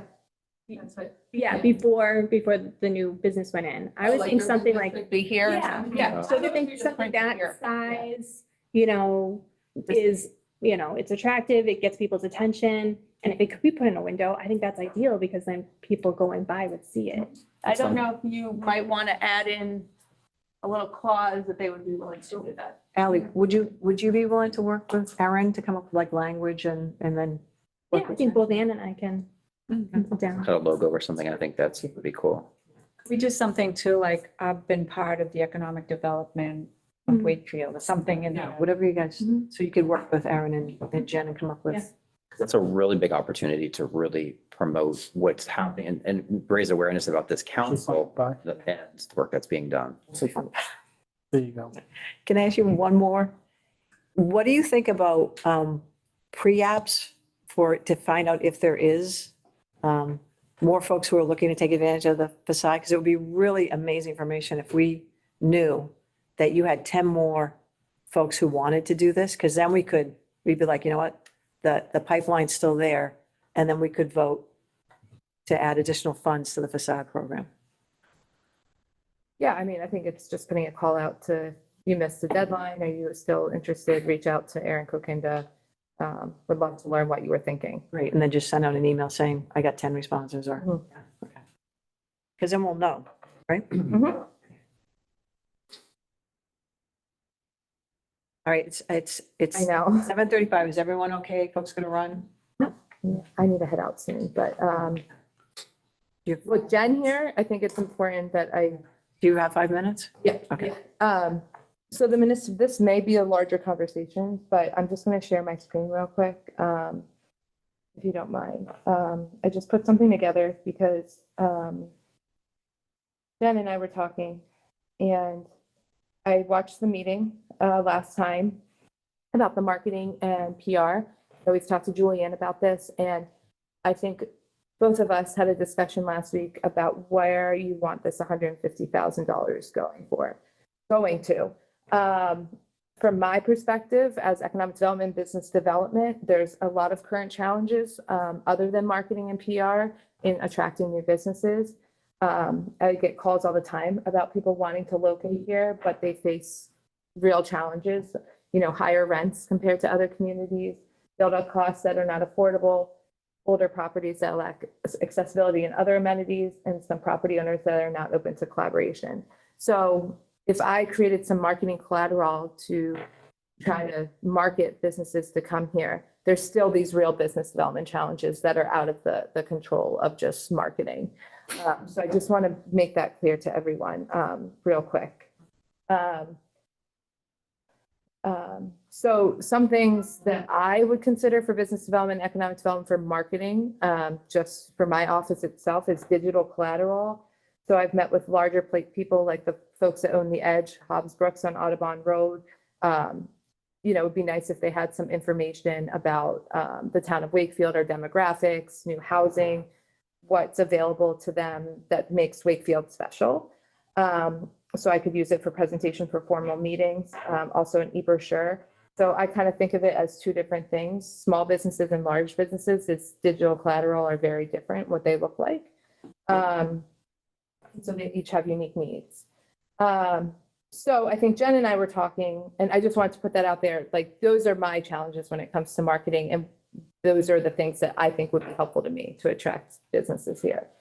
With the $150,000 of ARPA allocation with PR and marketing, what is the call of action? What are we looking to do with that money? Is it we want people to buy a house here, shop here, attend our events, locate their business here, larger small businesses? How can we already assist those that are interested in locating a business here? And then what's the plan after these 2 years runs out with the $150,000 if we do a PR and marketing blitz, if you will? What happens after that? Where does this live? Are we creating websites, digital, all these things? And I'll let Jen speak to this too. So my priorities for my office for economic development would be the market assessment, is doing that first, because I think that has really helpful information that we could use for some digital collateral. And then just other things that I think we need to think about with the money too is a small business development fund, having funds available for new businesses that are looking to locate here, having that a tool in my toolbox over the next 2 years to have this amount of money to help with new floors or things like that to get their business up and running. So I'm just showing you this real quick. These are marketing PR examples from other communities. Lowell, they have there's a lot to like, where they have a website. You can go and see where to dine in Lowell. They have different public art, food and drink, museums, gallery, all tied in with social media. Stoneham ran something too with their chamber. More happens here. And so that has a website, marketing. So that's an overall town initiative where they're marketing the whole community, not just looking to attract businesses. These are more along the lines of what I was thinking about for economic development. Burlington has Bring Me to Burlington, which Burlington is kind of a different beast. They have a huge commercial footprint, but they do have a website that's just dedicated to learning about the community, learning about what industries are there, what available commercial space is there, where you can live.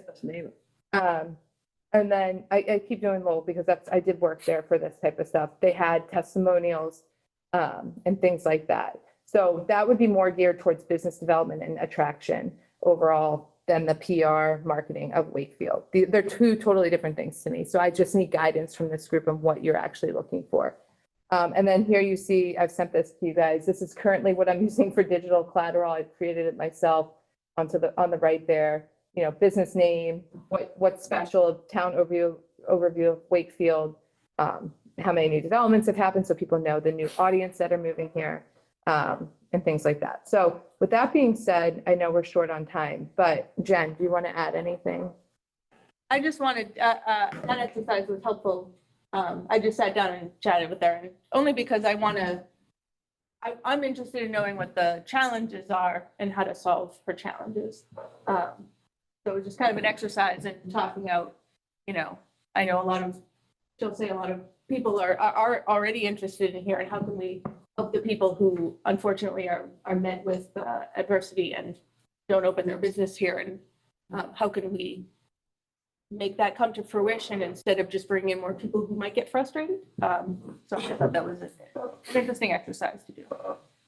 And I guess from this group, I think Jen and I are just trying to figure out $150,000 is a lot of money. Is it a PR marketing sweep for the whole town? Or are we looking to do business recruitment type tools? And again, who's managing this? There's a lot that goes behind it. So it wasn't clear. I think if we're looking to bring in new businesses, we really need to look at a public relations campaign of why you should come to Wakefield. What is going to be a benefit to you for your business by coming to Wakefield? What's great about Wakefield? Like really, we have to sell it. You're going to have to sell it to businesses to come here. So I think that's number one. I do love the idea of a small business development fund. I think that would be really beneficial to businesses coming here. I think too, that on top of that, maybe the small business development fund keeps someone here as well. That we have a fund that if someone needs a sprinkler system or whatever for 25,000, keep them in town. Keep our business retention as well as trying to get new businesses.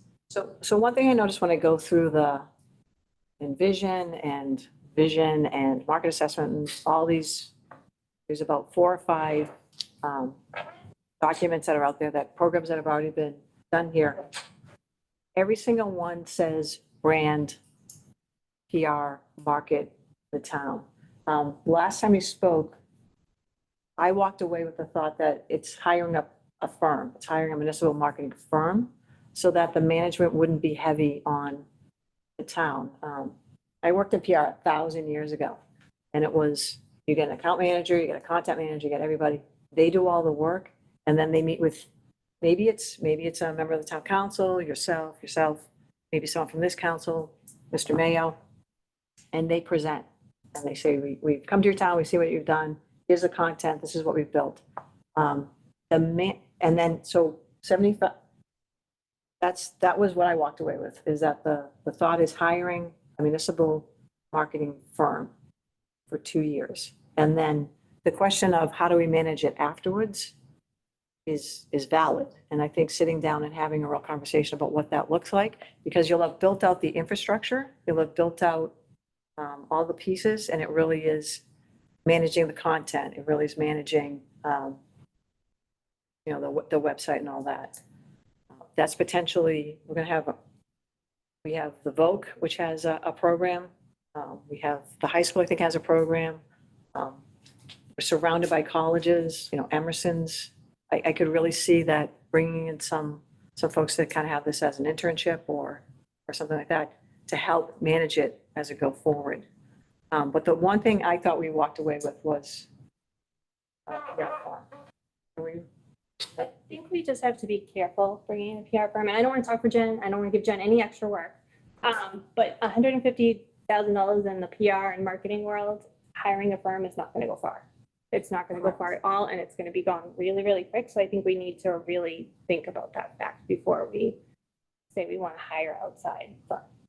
And I think we need to realize what we can do as a town too before we do that. It sounds like from Erin's priorities, the idea of this like market analysis, that they really have a good sense of where we're at as a community is probably like step number 1, no doubt, because a lot of that would presumably flow from there. You couldn't make any of the collateral without the market. Exactly. I mean, that's the linchpin to all of this, right? So I think part of your inquiry is from your own priorities, getting back to your slide there with that seems like an essential part. I need to do that, I think, before we do any marketing or things like that. Like, what are we looking to attract? Where are we missing? Where are the gaps and things like that? is that different from the market assessment that was done before?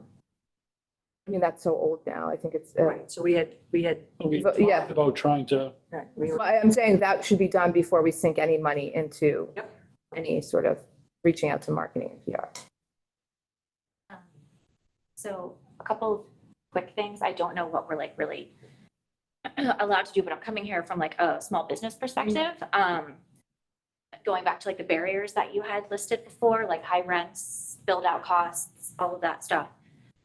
If there's any way we as a town can help incentivize and subsidize build outs, we can't pay people's rents for them or negotiate rents for them, but is there any sort of allotted amount that we could incentivize businesses to come here? Here's a chunk of money that you can use towards your build out. And can we make small businesses who don't have a lot of experience with, maybe they've never opened a business before, like a program that makes it super simple to help you through the steps of what needs to be done to even open the business? What permits do you need to pull?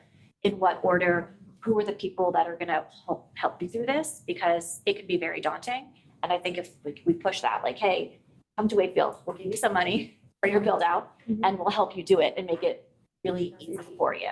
We do have something on our website that has been put together, but I think that would go with the digital collateral too, is, make streamlining the permitting processes in town, opening here in town. I would want to build upon what we currently have. So I completely agree. And then having even a small amount of money, as you guys know, being small business owners, I think goes a long way to getting doors open here. But I still am not, I guess, I'm still not clear on, is that where all this money is going towards, or are we doing this overall? It seems like you want to do an overall marketing and PR. All this stuff I've read, that's the recommendation. So if you go and you read or review all the work, that's an element that's often in there. That the marketing and selling of the municipality is something that the market assessment mentioned, the MAPC one mentioned. There's so many, it was like 4 of them. It's mentioned in every single one. So I do see this as an opportunity, and I would hate to see this opportunity, that we don't take this opportunity, because it's not going to come around again. So what's piece one? The market assessment. Right. Updating the market assessment. What do you envision as the next step beyond that? It could go one of two ways. We could reach out to other municipalities that have already done this, who have hired firms, and ask them who they've hired. Or we could just reach out to firms and ask them to give us quotes. Yeah, we'd probably put out an RFP and just go before. To your point, Alex, it's concerned the dollars will not, because the assessment is how much, The assessment has a separate line item that's separate than the 150. right, but. It- 25 is what. But so that's basically like 1/6 of this. I know where it's separate, but it's to give for perspective, that's how much $25,000 gets you in this kind of a process. So I mean, it definitely is going to depend on what type of marketing too the town wants to do. Digital marketing is going to be more expensive if we do pay-per-clicks or whatever, however we want to do it. I just think it could add up very fast using an outside agency. And I think we just should be wary of that. Can you ask the folks when you're doing your digital, because they're all marketing firms, right? Aaron, what about, I think Burlington really stuck out to me, for instance. So I've reached out to them. Melissa, I know Melissa, who's the director there. I haven't heard back from her, but I'll follow up with her. I'll give her a call and see, because I think they may have gotten funded through some grants too, to do that, but because they have, we've talked about having a space where, someone could go and see what's available for space here in town, and they have something there too built in. So I'll talk to her and see how much that has cost to host. The council may want to think about just having like a toolbox, whether it be internal or external, like some, like at least like project-based consulting and creation of the logo taglines, the whole tool, kit of parts. And then we have, like, for instance, right by Jordan's Furniture, we've had for years, like, the ability to have some exposure on that billboard, for instance. We have promoted Wakefield Public Schools. Wakefield Public Schools are great, but that's not the best way to leverage a town's opportunity on a billboard on 128, right? But if we had this kind of like logo or tagline and the like, and that goes up every so often. And then what you guys have done previously with the signage and Old Smith's Drugs, if that had the same logo to it, so then you're kind of creating this branding idea. So maybe you can utilize what you're suggesting, but in a more limited basis to at least kind of get started, get, with logos, with, again, taglines, with whatever else is recommended. Maybe then that's a more sustainable approach, because then when the money runs out, you still have that to run with. Something else you may want to think about. And maybe that some of that is created in-house too. I don't know. I don't want to speak for how that happens. When I worked, again, 1,000 years ago, when I worked at a PR firm, the client would say, I want X, Y, and Z, how much does it cost? And you come back and you'd say, it costs $1 bazillion. And they say, okay, then I want X, Y. So that's another way of actually looking at this, is if we come up with a wish list and then go to one of these firms and say, how much is this? And they say, this is X. And then you can start picking your top 1, 2, 3 priorities. There's like, I do, so I lived in Malden for a while, and Mayor Christensen was like insane on Instagram. And I don't know if they hired someone, if he just did it. He was voted the most handsome Instagram mayor like on the planet or something, because he was always doing it. And Malden went from, when we moved there, he moved to Malden, to 2 or 3 years later, because he was Instagram, he was Facebook, he was all over the place. He really promoted Malden. So living there 2 years, all of a sudden was like, oh, you live in Malden. Something like that, I think, is really, people miss Wakefield. They go Melrose and they go Reading. And I do believe part of it is because they don't really think about Wakefield because we're not out there. Porch Fest, absolutely amazing. The story should have been 4 people sitting around a table to over 100 acts at 50 locations. If we had PR and someone had placed and called the media, they would have been out here, right? So but the story ends up being about one person who's having a bad day versus really selling how amazing Wakefield really is. I do think this is the opportunity, and I do think this is again, if you look at those reports, they all put it in there. Anything to add, Jen? No, I just want to make sure that you get the materials. Yeah, I'm gonna make sure that's baked in, so whatever. Because I would hate to allocate money so that we're on Chronicle. She doesn't have the tools that she needs to sell. Yeah, Exactly. And again, back to your point, I want to make sure that the folks that are coming in have a good experience. And I know that there are some challenges now, which some of them we can't have any impact on, but some maybe we could. And I want to make sure that the people we draw in from this have a good experience here and don't leave frustrated. I think where Ed was talking about having the before and after pictures of what we're doing and doing the after pictures, creating a vibe, like we're really starting to move it out with and just keep putting them out. Like you said, I think that just have to get that vibe going. One of the biggest challenges is jumpstarting this downtown proper, right? And you've heard about it for years, and people feel as if it's tired, it's not going anywhere. We have Inspire Cafe that's opening up. We obviously have Rise and Shine, which is phenomenal. I go there all the time. We have a lot of great new places that, even McGuire Kitchen and Bath is going to be a real improvement, to that space. So I think the more that we can, even within, have a better sense of pride. And part of that, I think, is people seeing a lot of new things. Hart's Hardware has been much improved now, right? Those are the sorts of things that people are excited about. A new sign will make a big difference for a lot of places, but at Harrington's is much improved. So just being able to kind of, all right, how can you kind of channel that at least as a starting point? So there's really enthusiasm. And I think the uniformity of promotion, and this is what's happening. Things are at work, economic development, dollars being deployed.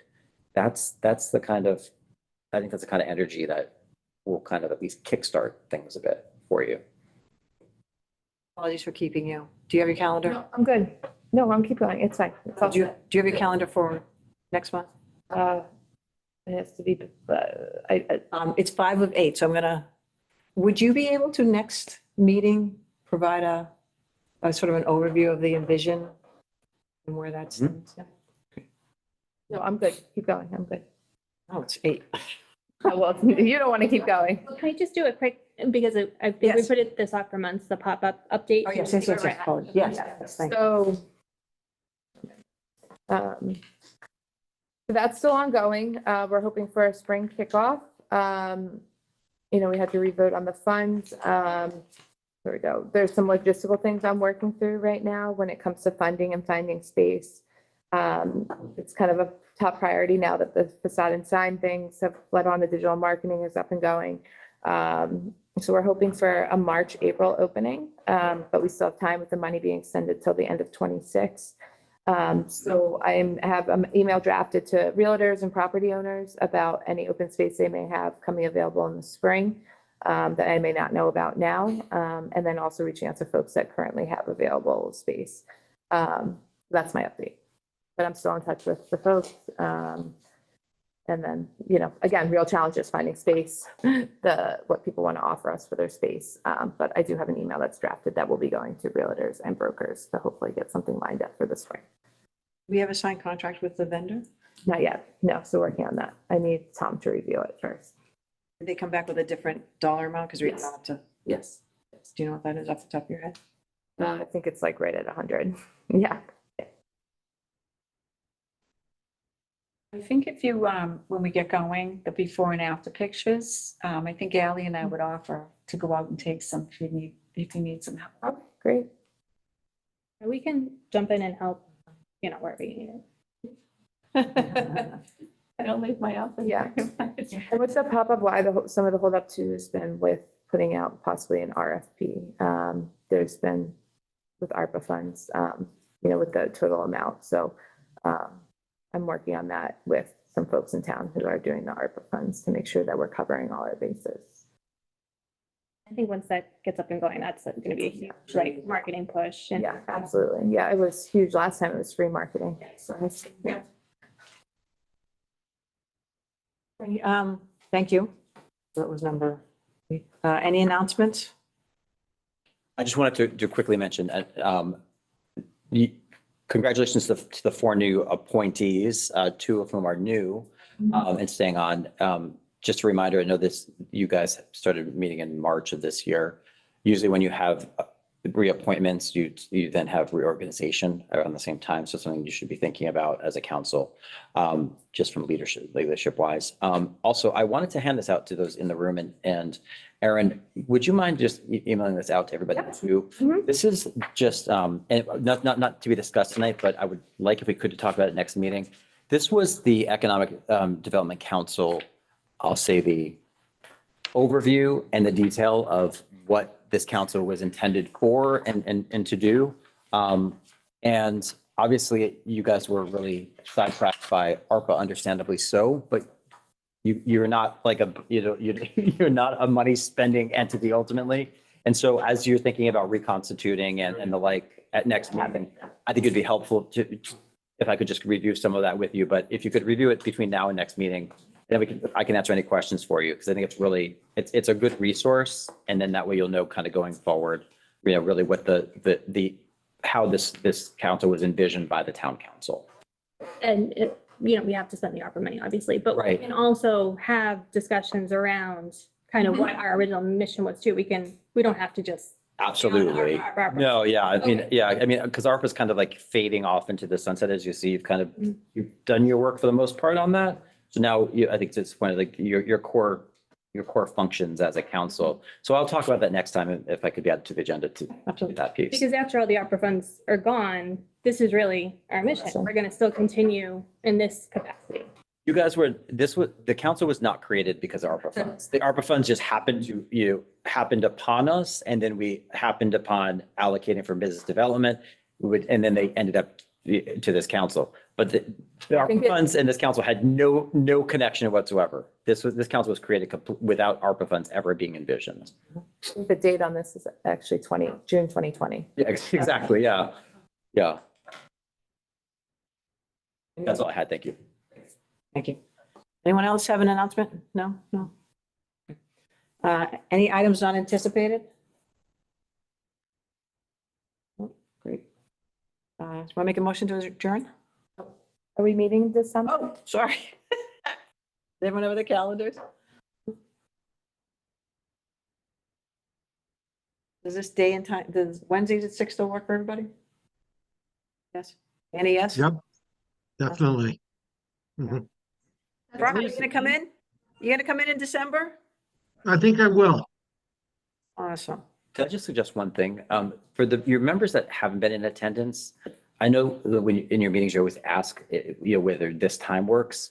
But I wonder if it would make sense to also ask them if whether it does. So the only other member, so the only other member is Nithya, and she actually has communicated that she would not make November and December, but that this works. Got it. Yeah. Do we have a set time, like the second week of every month? I think that would be good. Because then we know Yeah. going forward. People know, yeah. You can just- That's what a lot of other boards and committees do. So Yeah. it's just everyone knows that we're meeting the second week. And it would be good to have continuity that we can put on our website. Yeah. You meet this week and this month and. So again, the part of the changing it was to make sure that we had quorum to vote because we had to vote on the ARPA stuff. So as we move forward into actual point of this, there'll probably be less votes and hopefully everyone can still show up, but it's not as big a deal. All right, December 11th. Does that work? Andy, does that work for you? That sounds great. Thank you. Okay, yep. Rocco, that works for you? Yeah, definitely. Yeah, okay. Thank you. Christopher? Yes. Yeah, yes, yes, yes. Mhm. Councilor. And everyone check out Rise and Shine too, if you haven't. Thank you, everyone. Thank you. Ali, does that work for you? Yeah, okay. So December 11th, 6 p.m.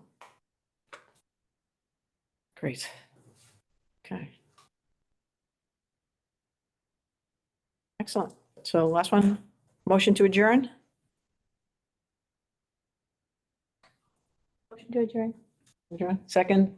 Second. All right, so Ally made the motion to adjourn and has seconded. Do we need to roll call for adjournment? You don't, you can ask it to any objection for. Any objection to us adjourn? No? No. No. No, Annie? Great. All right. Thank you, everyone. Thank you.